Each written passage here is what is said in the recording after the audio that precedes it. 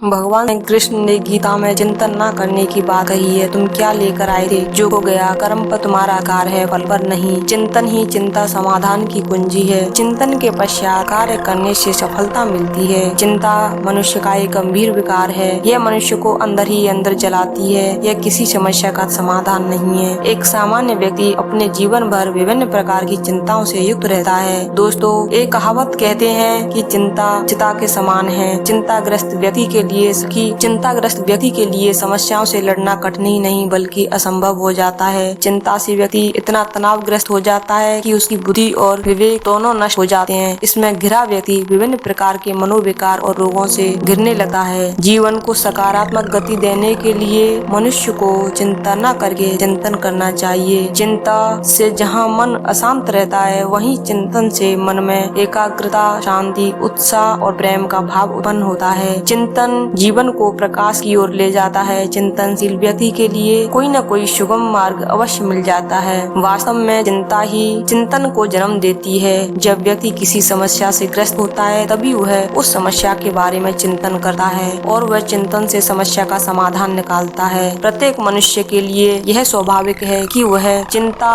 डर, लोभ, क्रोध, भय, प्रेम, घृणा और करुणा आदि मानवीय प्रवृत्तियों से युक्त रहता है। मनुष्य को चाहिए कि वह इन स्वाभाविक प्रवृत्तियों से बिना घबराए इनका सामना करके आगे बढ़े। चिंतन से समस्या का समाधान निकलता है। प्रत्येक मनुष्य के लिए यह स्वाभाविक है कि वह चिंता को अपना लक्ष्य बनाए, अपना कर्म बनाए। भगवान श्री कृष्ण ने भविष्य की चिंता व्यर्थ बताई है। उन्होंने वर्तमान में जीने को सर्वोच्च बताया है। भगवान श्री कृष्ण ने गीता में कहा है कि चिंता करने की बात कही। वह कहते हैं कि क्यों व्यर्थ की चिंता करते हो? जो क्या लेकर आया वो तूने खो दिया। हमें चिंता से उभरने के लिए उस चिंता के विषय में चिंतन करना चाहिए। चिंतन ही चिंता समाधान की कुंजी है। चिंतन के पश्चात जो कार्य किया जाता है उसकी सफलता में संदेह नहीं रहता। तो दोस्तों, आपको हम चिंतन और चिंता के बारे में एक कहानी के माध्यम से समझाते हैं। राधे राधे दोस्तों, हमारे YouTube चैनल में आपका स्वागत है। तो चलिए शुरू करते हैं आज का वीडियो। एक गाँव में एक बहुत अमीर आदमी रहता था। उसके पास इतना वह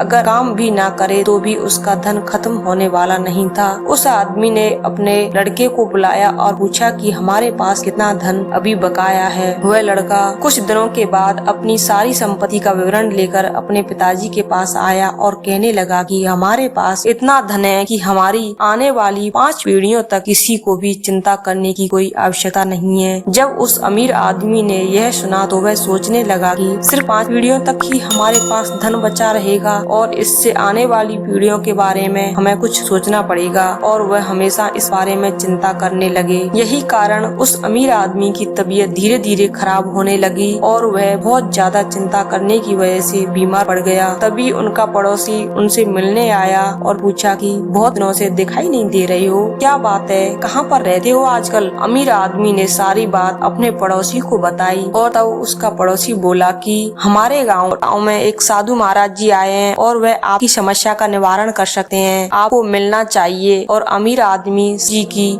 साधु महाराज जी के पास गया और अपनी समस्या के बारे में उन्हें बताया। साधु महाराज जी ने समस्या सुनी तो हंसने लगे। साधु महाराज जी को हंसता हुआ देखते आदमी ने सोचने लगे कि यह मेरी चिंता का मजाक उड़ा रहे हैं। फिर साधु महाराज जी ने उन्हें समझाया और कहा कि हमें आने वाले समय को देखकर काम करना चाहिए, ना कि चिंता करनी चाहिए। अगर हमें अपने भविष्य की चिंता करेंगे तो हम जीवन में कभी खुशी से अपना जीवन व्यतीत नहीं कर सकते। हमें कल के बारे में क्या पता हमारे साथ क्या होने वाला है। तुम्हारी बातों से तो यह लग रहा है कि तुम्हें 5 पीढ़ियों की चिंता हो रही है, जबकि तुम्हें यह भी नहीं मालूम कि तुम्हारे साथ कल क्या हो सकता है। इसलिए तुम्हें हमेशा आज की जीवन में अपनी खुशी ढूंढनी चाहिए, ना कि भविष्य में। जो भविष्य की चिंता करते हैं वह हमेशा परेशान रहते हैं। भविष्य के लिए हम क्या काम कर सकते हैं लेकिन उनके बारे में सोच नहीं सकते। इसलिए हमें अपना जीवन आज के हिसाब से जीना चाहिए, ना कि भविष्य के हिसाब से। अब वह आदमी समझ चुका था कि मुझे चिंता करने की आवश्यकता नहीं है। इसलिए उसके बाद वह खुशी खुशी से अपना जीवन यापन करने लगा। राधे राधे दोस्तों, आपको यह कहानी कैसी लगी कमेंट करके जरूर बताना।